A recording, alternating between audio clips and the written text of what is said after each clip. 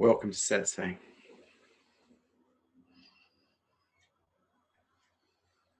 Hello, Vishrant. Can you please talk about the question, what are the foundations of higher consciousness?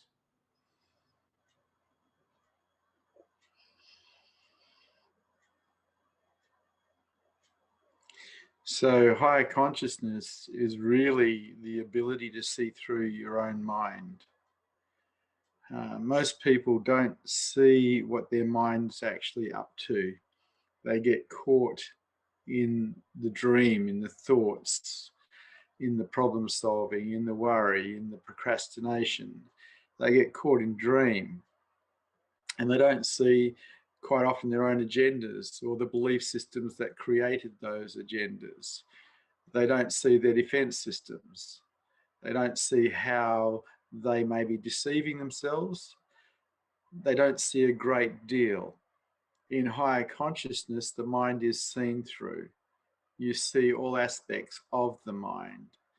You see the reason it does what it does. There's nothing hidden in higher consciousness. In higher consciousness, you also find that there is very, very little defense systems because they've all been taken apart. All defense systems are a form of resistance and keep us closed, and as a result keep us away from higher consciousness and away from our own hearts. And so people who actually have higher consciousness are people who are open and people who can see through their own mind. And as a result of seeing their own processes so clearly, they can see others quite clearly also. And so higher consciousness in a lot of ways ends a lot of the suffering that humans have, because in higher consciousness, instead of reacting, which is usually unconscious, they respond, and they don't go into resistance to life through reaction, through contraction, which is a form of suffering. They respond and stay cool. Higher consciousness is the stepping stone to superconsciousness, to enlightenment. Higher consciousness is a mind that will support enlightenment, and it tends to not support lower consciousness. As a result, that type of mind is equanimous, a mind that stays even when things are going wrong, even when there's trouble. It just stays flat. A lot of people want to go to superconsciousness straight away, to enlightenment. Well, there's nothing wrong with wanting that, but as a happening, it's unlikely unless you have a mind that will support enlightenment. And a mind that is constantly contracting and resisting the world is unlikely to support enlightenment. A mind that is seen through itself and is in acceptance of life as it is will support higher consciousness, will support enlightenment, will support the way of the heart. And so the work isn't necessarily turning awareness back to itself or beingness becoming conscious of itself. The work for the human being is creating a mind that will actually support higher consciousness and enlightenment. And that work, in a lot of ways, is a stripping down process. But unless you're watching the mind, you can't even do that. Unless you're witnessing the mind, you can't even see what needs to be taken away, what defenses need to be undone, what belief systems that are creating contraction because their expectations aren't being met need to be undone. In higher consciousness, you see it all. You see the big picture rather than getting caught in the small picture.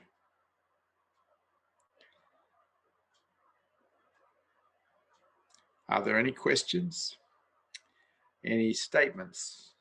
Any challenges to this teaching today?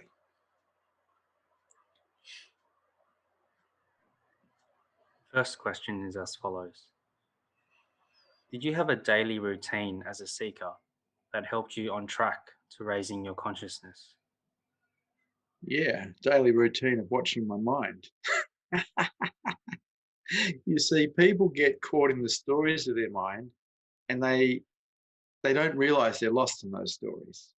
There's a huge difference between that and witnessing the mind, being the witness of the mind, just watching it. And so, as far as a daily routine goes, I like to see what my mind was up to. So there was a witness witnessing the mind.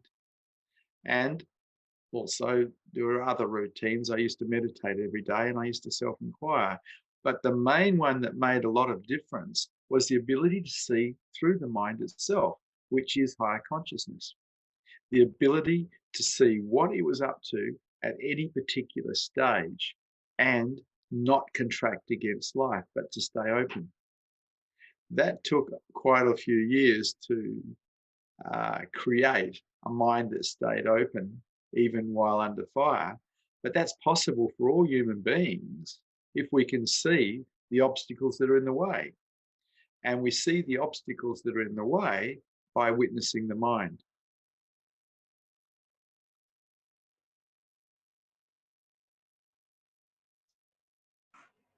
How can I develop non-bias towards situations that upset me?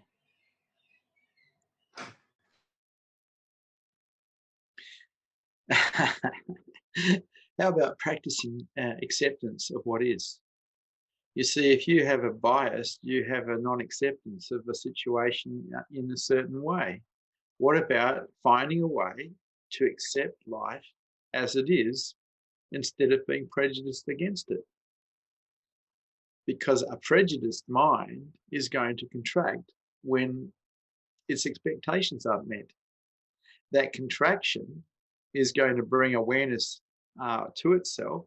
And so, if someone is practicing self inquiry and they're finding themselves as beingness, the mind starts contracting. Well, awareness leaves itself and goes back to the mind. It's up to you. You create your mind, you create your reality through how you think and how you act. You're responsible 100%. If you're contracting against the world, if you're resisting the world, that's your doing, not the world's. That's your reaction, which you're responsible for.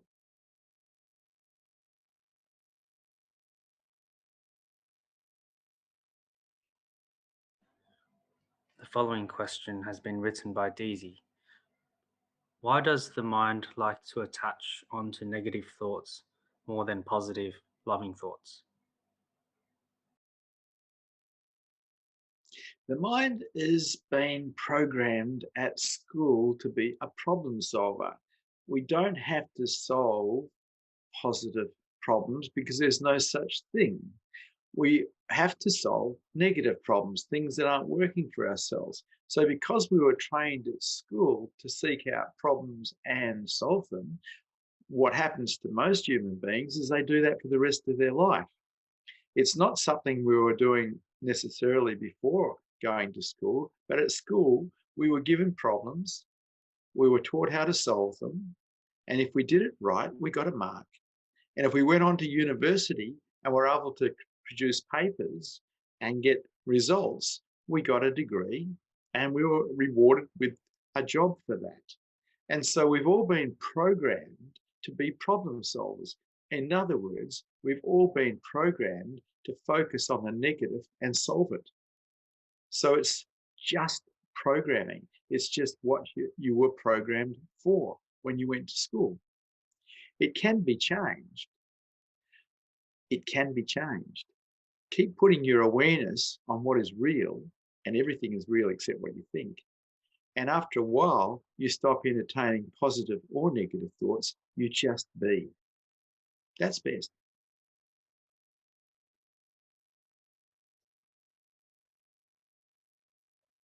Next, Abay would like to ask a question. Hello, Abay. Hi, Vishrant. Is having judgments about people also a part of our belief systems we have developed, or it's just some arrogance or something else? You see, people are concerned about judgments. I mean, we every time we take a step, there's a judgment that occurs. There's nothing wrong with judgments. It's what we put behind the judgment that is going to create suffering in us or not. If we back our judgments with force, well, they're going to hurt us. But we can have a judgment. We can be walking down a street and see someone on the road that could be dangerous to us, and we make a judgment that they're dangerous, but we don't have to contract. We don't have to go into resistance, but we have made a judgment. Or we can contract. We can go into resistance, create suffering in ourselves. And so there's nothing really wrong with judgments as they are. It's what we put behind that judgment that causes the problem. What force? Okay. Thank you, Vishrant. Thank you, Abhay. Next, we have a question from Amol.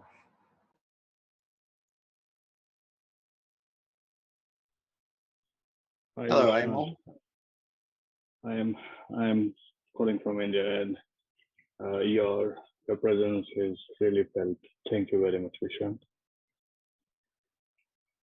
My question is, does my conscious is always around my senses? Is it revolving around my senses, or should be independent around my senses? Okay. So for most human beings, they are looking, the mind is basically using the senses to see the world. And that's just normal. That's just the normal human condition. But if you allow yourself to look back at what's aware of the mind, what's aware of the senses, what's before it all, you start finding your own true nature. You don't find your true nature by looking out. You find your true nature by looking back. And what we're looking back for is that is aware of the mind. Does that make sense? Yes. Can you please help me more to understand how, when you mention about awareness looking back at itself, can you express it more? I don't think I have ever even manifested it ever. Okay. I am only at the awareness level at the most. Okay, so there's the question, who's aware? Or a better question is, what's aware? And so a thought arises in the mind, just a thought. And you ask, what's aware of that thought? You don't answer the question, but you ask the question. In asking the question, you're attempting to turn awareness back to itself. What's aware of the thought? The question has the potential for turning awareness back to itself. Now, when I was self-inquiring, I would self-inquire, asking the question with every thought that arose in my mind for hour after hour after hour. And after a while, awareness started to turn back onto itself. And I started to experience myself as the universe, which is the Satori. And this was through self-inquiry, asking the question, who's aware? Okay? Thank you, Vishrant. Thank you, Mom.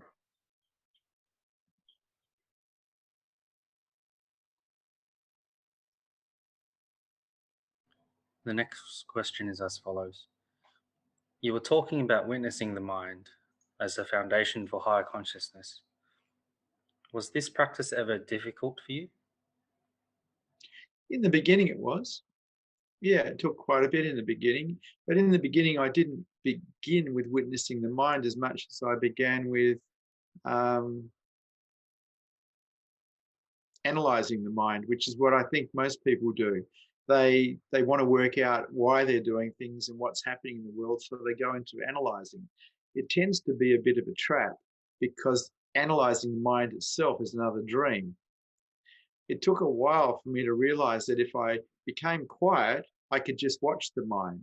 And it's a little bit like if you're a hunter and you're wanting to know what a prey will do, and you watch the animal and you watch the animal and you watch the animal until you work out exactly what the animal does, where it goes, all of its habits, and then you know how to hunt it properly.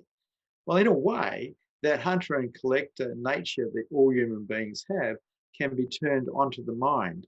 We start watching the mind like we're detached from it without judgment, just witnessing it. And then we get to see what it does. We get to see what it doesn't do. But in the beginning, it was difficult because I wasn't used to that process. But I decided that I wanted to see through my mind. I wanted to raise my consciousness levels, and witnessing the mind works.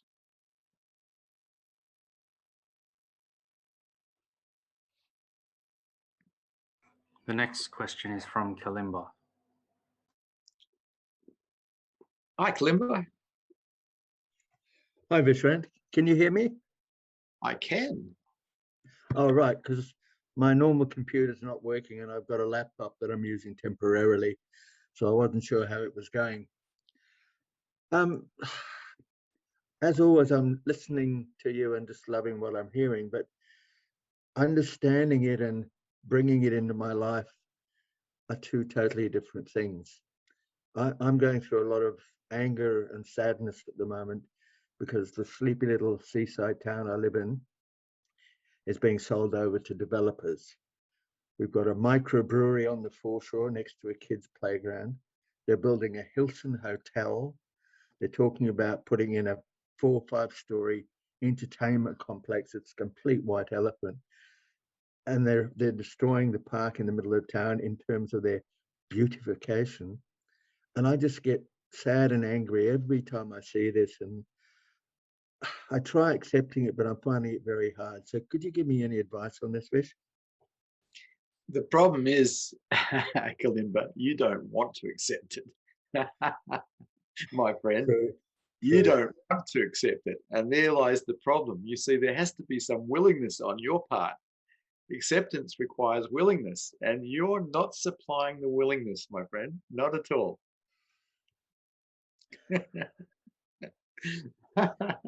You've got to remember that acceptance is a form of surrender. It doesn't mean you get to control it after you accept it. Not really. You let go, you let go, you let go, and you're not letting go. You're hanging on. You're hanging on to your opinion about it being wrong. It's just, as I said, living in a lovely place and it's just beautiful. And then you just hear banging and crashing and there are cranes and it's like, and most of the people that I know around here are not really happy with it. But when you say acceptance, do I have to accept and like that it's happening or just accept my feelings about it? Have to accept your feelings about it. But you lived in India, didn't you, Kalimba? Yeah. Do you remember that there was always building happening from God, yes, early morning to late at night every day? Did you accept it in India? Well, yeah. Well, it's sort of in India. It's like that's their country; they can do as they like. But I know that's not very. Mate, you've got to look. If it's beyond your control, accept it. If it's not beyond your control, accept it. Because your suffering through non-acceptance isn't going to change one single thing. Well, it is. It's going to make me feel worse. Yeah, well, that's right. It's going to change that. That's true. And we can't stop progress. There's more and more people appearing on the planet. The planet's getting more and more populated. So, of course, these little shanty type towns that are really idyllic are going to get overtaken. This is what's going to happen. This is the future. Yeah. I guess what I've got to do is what I've been thinking about is to maybe move, find somewhere that's quieter and more peaceful and just somewhere where I can not allow myself or not choose to get stressed out by this stuff. Yeah, well, I think 90% of Australia is uninhabited, mate. Yeah. You know, I haven't seen you for a long time. You should come up and have a cup of tea or a meal with me sometime. I think that's a lovely idea, Vish. Thank you for your help, mate. It's always good to talk to you, Glimber. And you, mate.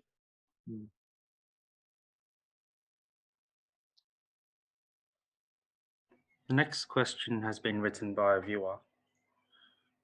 Should we befriend the mind or try to slay it?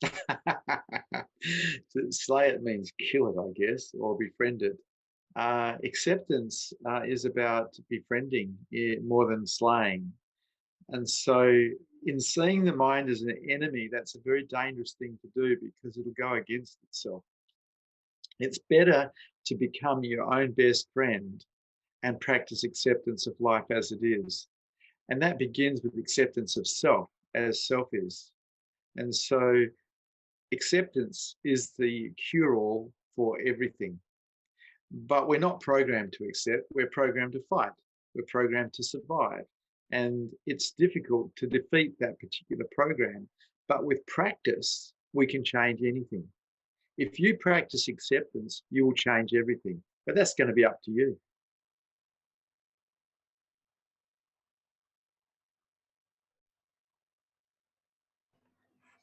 Next, Asu would like to ask you a question.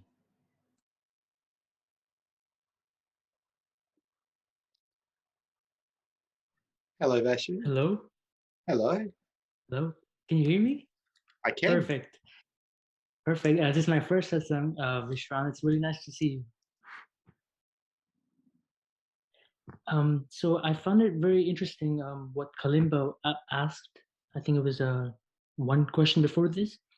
Yes. He said about acceptance, and it reminds me of this Sikh guru. I don't know if you know about him. I think his name is Guru Gobind Singh Ji, and basically he talked about bringing some weapons to that religion that they have, and it's basically to defend yourself from the wrongdoings of the people that they do, which in other words is kind of like, it's not really acceptance, it's like a force against the fighting force, the negative force. So what do you have to say on this situation? Like if you take Kalimba's situation, it could be that the cranes and all these material buildings are taking place instead of kids' playgrounds. Yeah. And we want the kids, yeah, go on. But you've got to remember that the government authorised all this. The government that the people here voted for authorised this. Okay. So it's not a bunch of bandits attacking a village. It's authorised people doing what they've actually been licensed to do by the government that was voted in by the people. Right. But just one more question, sorry. As there's a lot of developments going on in the world, we also want the kids to be kids, right? And have their playgrounds, and to kids just simply be themselves. And if there's changing happening on the material level, what do you have to say on that? Well, I remember when I was a kid, I used to play wherever I was, whether it was in a concrete jungle of the school I went to, or whether it was in the ovals or down the river. I was always playing. I don't think we can stop kids from playing. Projecting onto them that they need an idyllic situation to grow up to be healthy adults, that's probably not correct. Children grow up to be healthy adults because they role model off their parents. And so if we really want to look at the problems of the world as far as children are concerned, let's have a look at the parents and what they're role modeling to their children, rather than the environment that they're in. Right. Thank you. Thank you.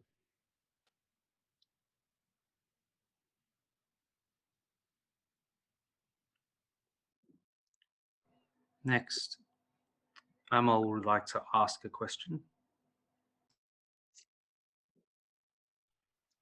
Good morning, Vishrant again.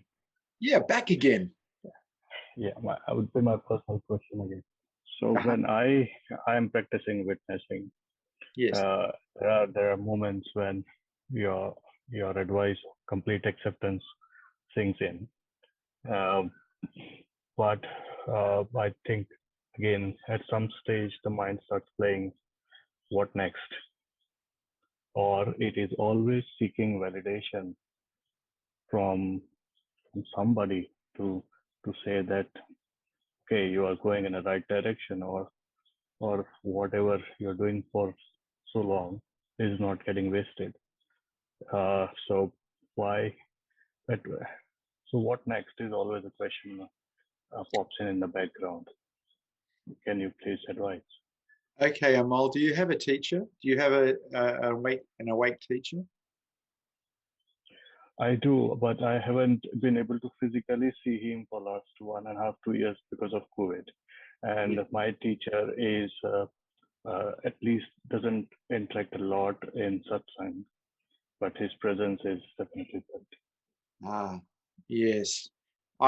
Look, my best advice to anyone is to find someone to be with who's further ahead than you, who can actually guide you on the path, because it's so easy to get lost.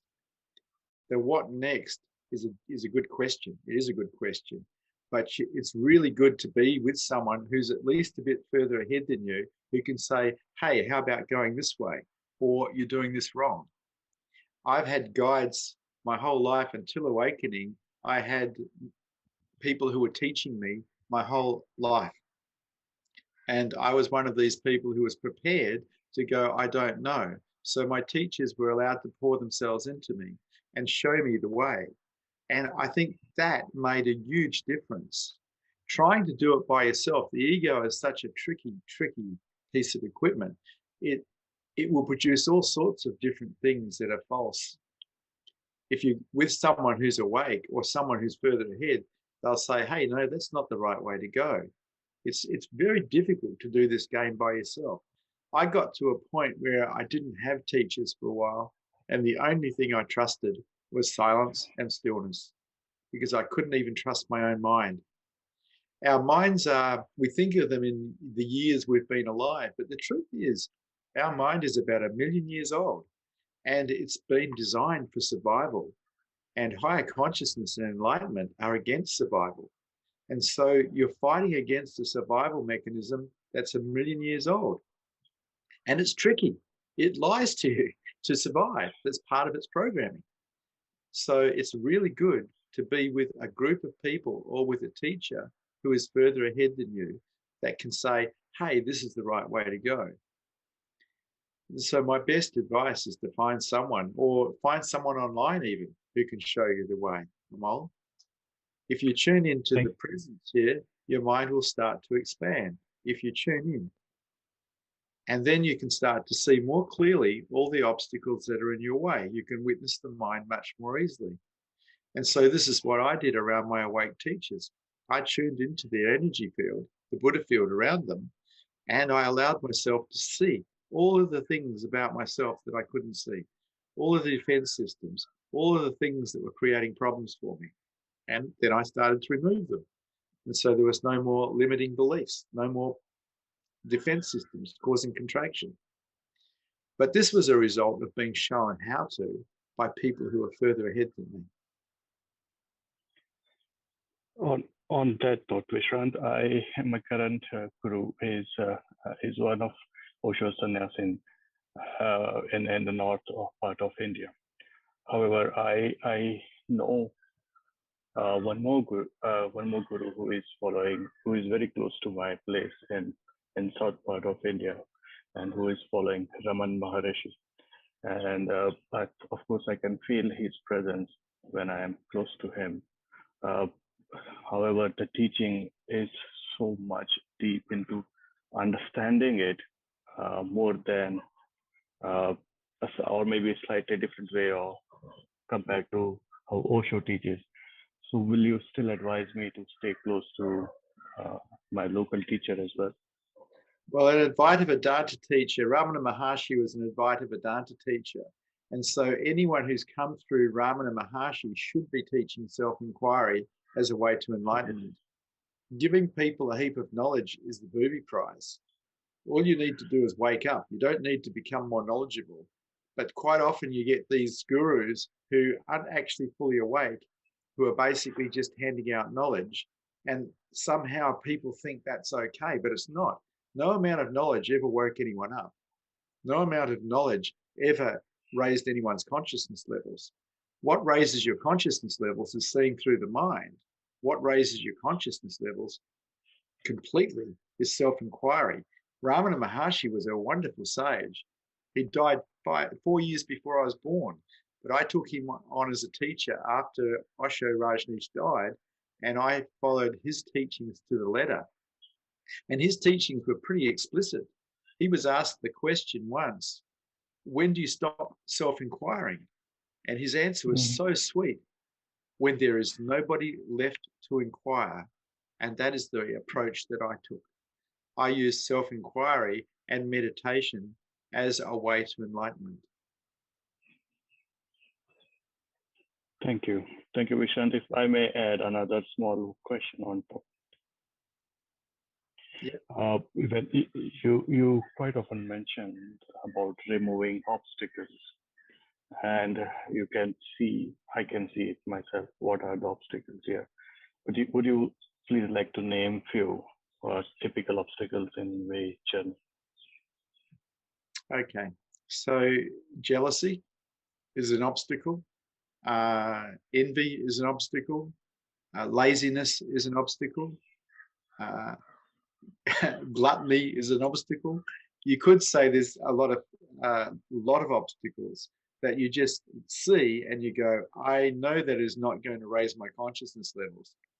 But then you look at other things like belief systems that are obstacles. Like, for instance, like a belief system that people shouldn't lie to me. If someone lies to me and I contract over that lie, then that's an obstacle because I'm creating contraction in myself. I'm creating suffering in myself. And so I would remove that belief system. It's, people lie to me. It's just what is, because it's actually human nature for people to lie anyway. But if we have these belief systems that says, no, that shouldn't be so, and we go into contraction or resistance against it, then we're lowering our own consciousness level by the contraction, by the resistance. And so I would remove all belief systems that created contraction in myself because I wasn't interested in suffering. If we have a belief system that creates suffering in us because we contract and go into resistance when the expectation on that belief system is not met, that belief system is an obstacle. It's in the way. Do you understand? Yeah.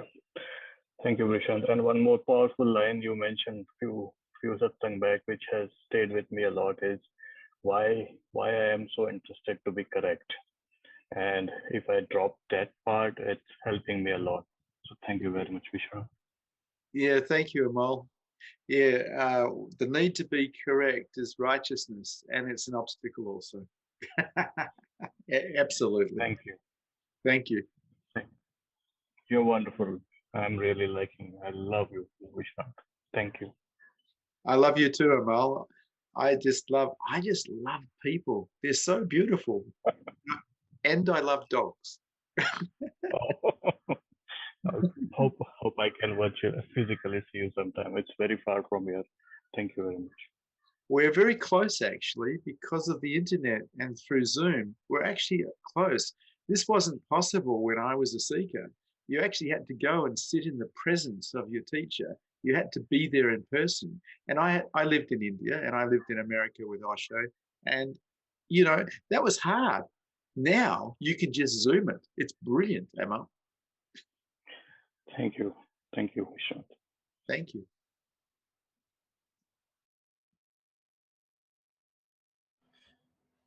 The next question has been written by Sam.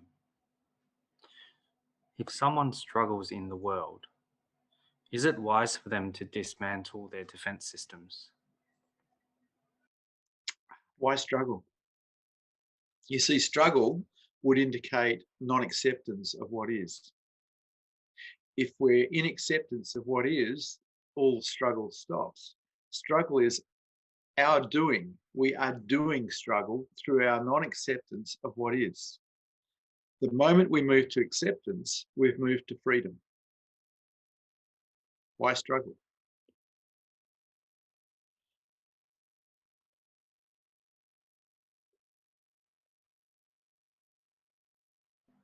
The next question has been written by Rituraj.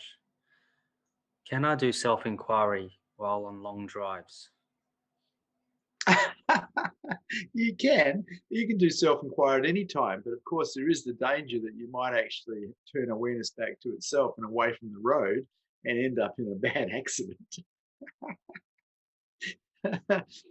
Look, if you think it's safe for you to do self-inquiry while driving, do it. But if it's not safe, don't do it. It's up to you. I remember driving and going into Satori and losing all track of where I was. I had no idea where I was. I didn't know what road I was on. I didn't know whose car I was in. I was driving it. And this was in a major Satori. I'd lost my mind completely. It was time to pull over. So I did.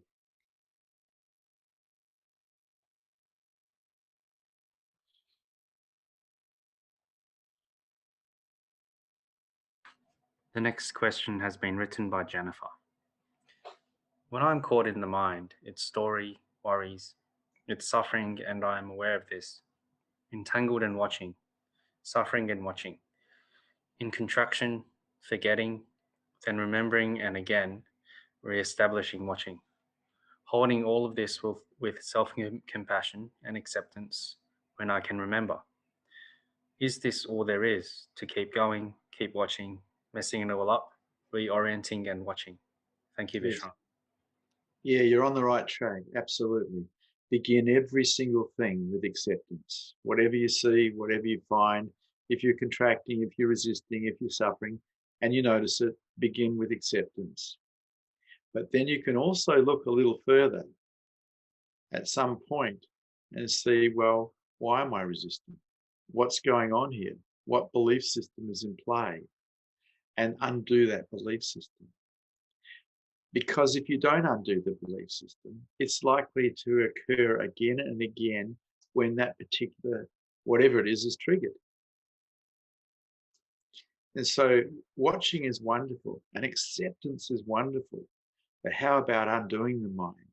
We've all been programmed to suffer. I don't think anyone's been programmed to be happy. We've been programmed to be efficient little machines at school. And we've been programmed to resist life as it is, which is suffering. To get out of suffering, we have to stop resisting. To stop resisting, we have to undo the belief systems that create that resistance when the expectation of them is not met. And that, in a lot of ways, is the work, the great undoing, to undo our own minds and deprogram so we can be free. But that's going to be your work. But you're definitely on the right track. Witnessing and acceptance is brilliant. But if some belief system keeps coming into play that creates contraction in you, undo it. It's not worth keeping. Okay.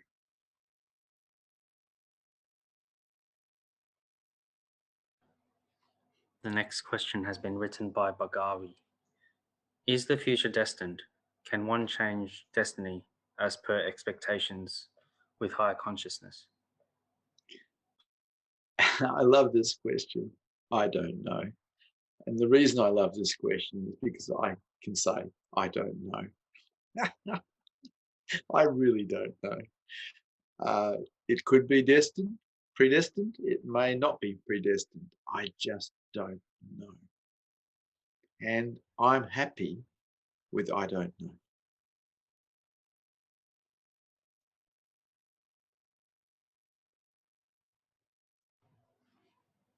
The following question has been written by Ahmad. Dear Vishrant, there's a woman that I love and long to spend the rest of my life with. I believe my heart will break if I don't end up with her. Should I do away with this desire?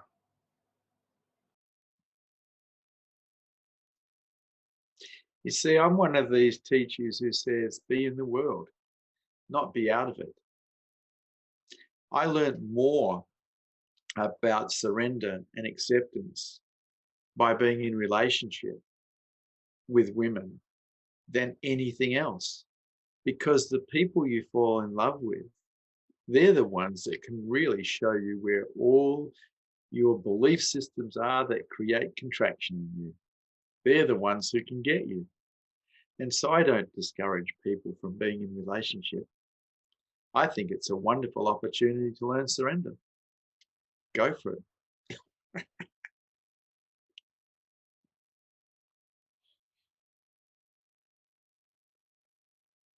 The following question is from Jennifer. Do obstacles drop away solely through our awareness and identification of them? Or what is the process of removing obstacles? They can do. It's a bit like if you were banging your head against the wall and you weren't aware of it and you became aware of it, you'd probably stop. And a lot of the things that we see in our minds that we're doing, once seen, they do stop because it's just illogical to continue them. That's true. But there are other things that are a little bit more insidious. Sometimes we have belief systems that are quite deep set, like the belief system, people shouldn't betray me, or particularly my partner shouldn't betray me. And if the partner does betray me, I then contract. That belief system needs to be undone. In removing belief systems, there is freedom. But it's difficult because that belief system is probably supported by our whole society, that our partner shouldn't betray us. But I'm telling you, anything that creates contraction or resistance in you needs to be undone. That belief system is not worth keeping.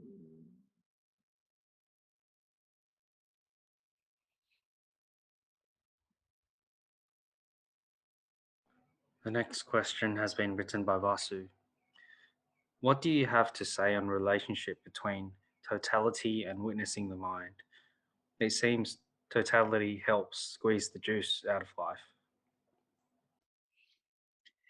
Look, the recipe for success in any endeavor in life for human beings includes and has to include totality. Totality helps us succeed, whether it's in higher consciousness, sport, business, anything, painting, you name it. Totality rules. It's an important ingredient, not just important, but essential ingredient in any endeavor we want to succeed at. And so totality is brilliant. Practice it.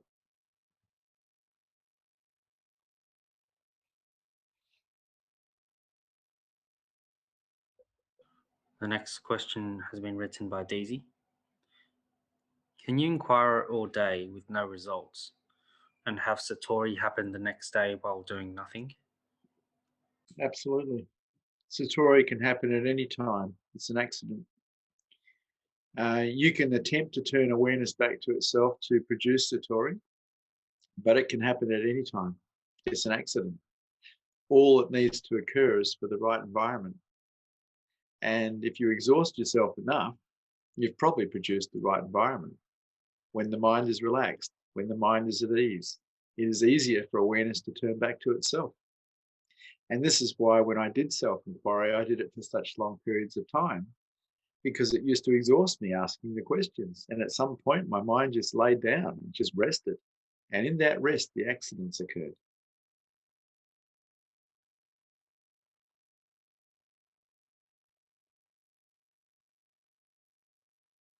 The next question has been written by Dewey.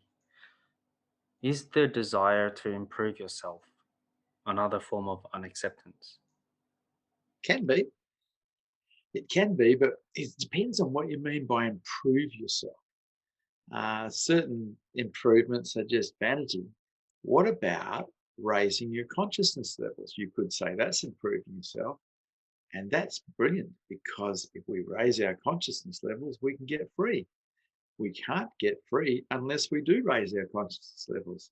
So that's definitely worthwhile going for. It's up to you, though. People will come up with all sorts of ideas why not to do something. It's why they shouldn't be doing. But really, raising your consciousness levels is worthwhile. It makes life a lot easier. Lower consciousness sucks.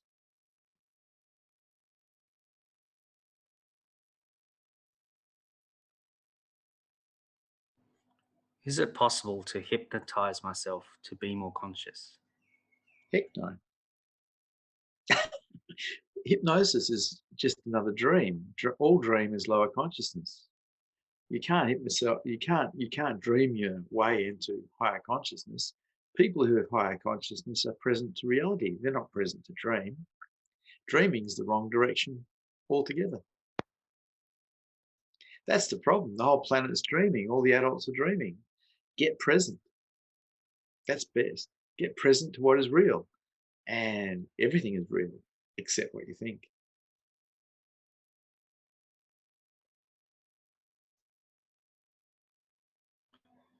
I feel like I'm in a constant sleep unconscious state, like living in Groundhog Day. How do I awaken? Okay. So first of all, why don't you get present to reality? In other words, find a meditative practice that works for you and practice it. If you're in a dream state most of the day, that needs to be got out of, because that's lower consciousness. Practice meditation. Practice being aware of what is real. When you're walking, be with your feet, be with your arms, be with your breath, be with what you can see, be with what you can hear. Abandon what you think and be with what is real. Get real and start living in reality instead of living in your head.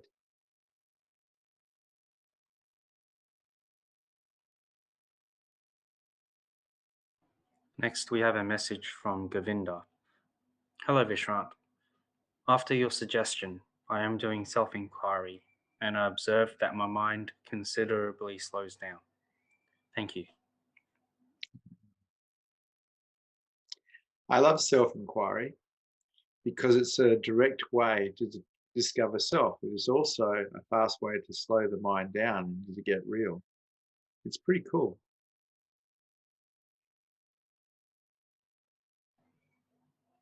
How does self-inquiry slow the mind? When asking the question, who's aware, the mind waits. It waits for an answer. And so it's stopping.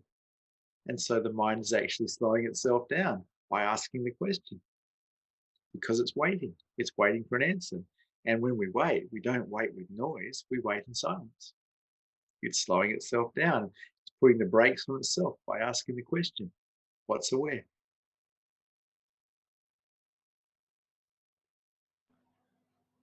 The next question is as follows.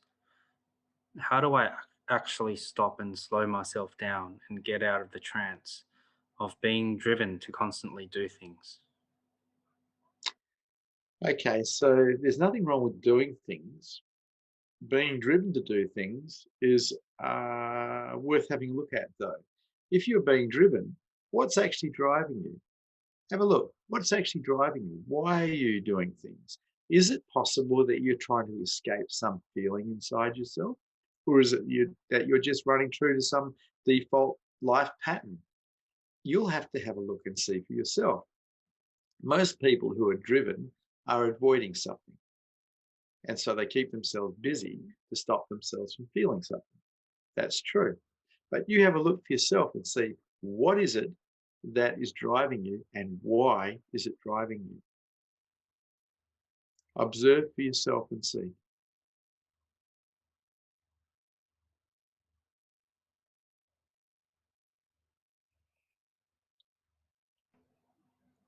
I like to be approved of by people around me. Is letting go of being liked a foundation of higher consciousness? Yes.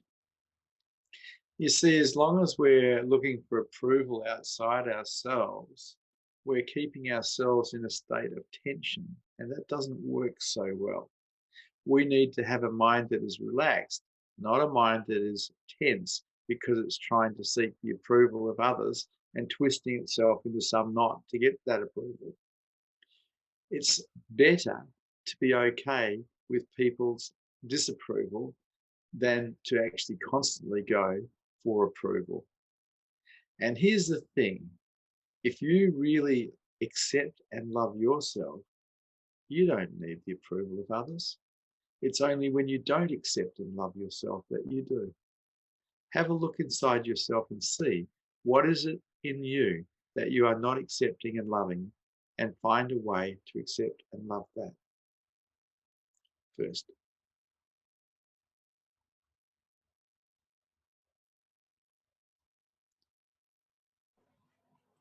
The next question. What kind of belief systems did you have to undo to be totally okay with being rejected by your peers? Yeah, okay. So the belief system was the belief that I needed to be accepted. That was the belief system. And for me, it happened when I was quite young, because it turned out that I wasn't very acceptable, because I had ADHD and I was also dyslexic, and it wasn't diagnosed when I was a child.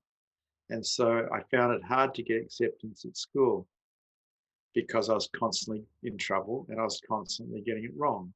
And so at some point, at about the age of 12, I decided that I wasn't going to go for acceptance anymore, that I was going to actually become my own best friend.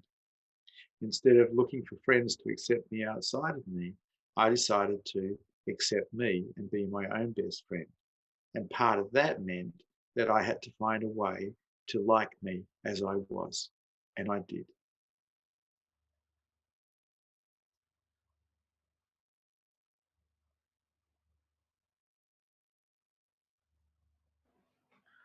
What should be the first step for someone when finding a teacher?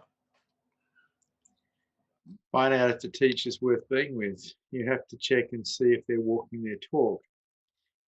Most people who are teaching can talk the talk. In other words, they can say all the right things, but are they living it? Are they actually walking it? Or are they fraudulent? Are they awake or are they not awake? That's a good question if you're looking for a spiritual teacher, because if they're not awake, they're just going to lead you astray, because they don't know the way either. Someone who's awake always has a Buddha field. That energy around them can be perceived by others, and it is always there. If it is not, they are not awake. If it is there partially, they are not awake. They are still practicing. But if it is there 24 hours a day, they are awake. And because they're awake, there's a good chance they know how to help you get there. So check out your teacher very thoroughly. Make sure they are walking their talk. Make sure they are awake, because there's an awful lot of teachers out there who are teaching who are not. Watch your teacher closely. Scrutinize them. Don't take other people's word for what they're like. Check it out for yourself. Find out for yourself. That's my best advice.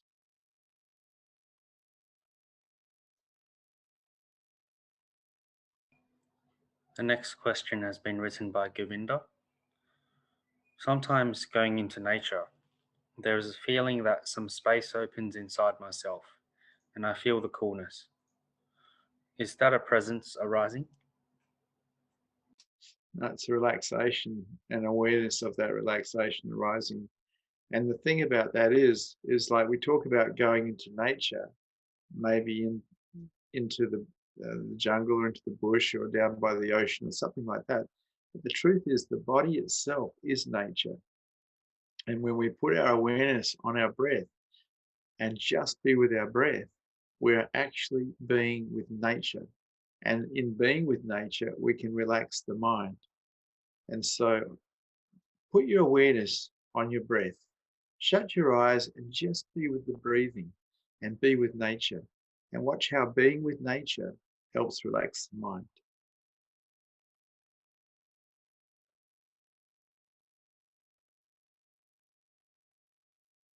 The next question. How do you continue to stay committed to raising consciousness levels when it feels so difficult? Give yourself no choice. It's called discipline.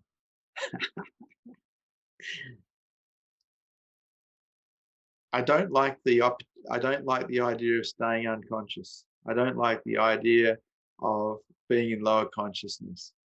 And I haven't liked that for a long time. I got into higher consciousness when I was about 19 years old. because I met men and women who had higher consciousness, and I wanted to be like them. And what works is totality. What works is going for it. It doesn't work to actually be wishy-washy with it. Put your totality into it. Absolutely go for it, and you'll get somewhere. It's like anything that we do. As human beings, we practice anything for long enough, we get good at it. That's just how it is. But people give up too early. They don't have the totality. Don't give up. Keep going. Never stop.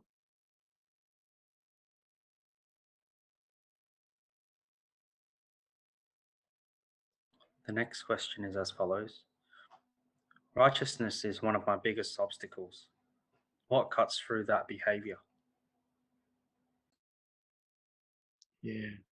You know, for me, what cut through righteousness was how I had used righteousness and it hurt people. And when I truly owned that I'd actually hurt those people through my righteousness, something inside me broke. And I stopped being righteous because I could see that by being righteous, people got hurt. And I didn't want to be involved in hurting people. Righteousness is one of the ways that we can stay unconscious, because that's where it takes us, into lower consciousness. In higher consciousness, we have acceptance. Righteousness has been left at the door and been replaced with humility. And this is the best way to walk through the world.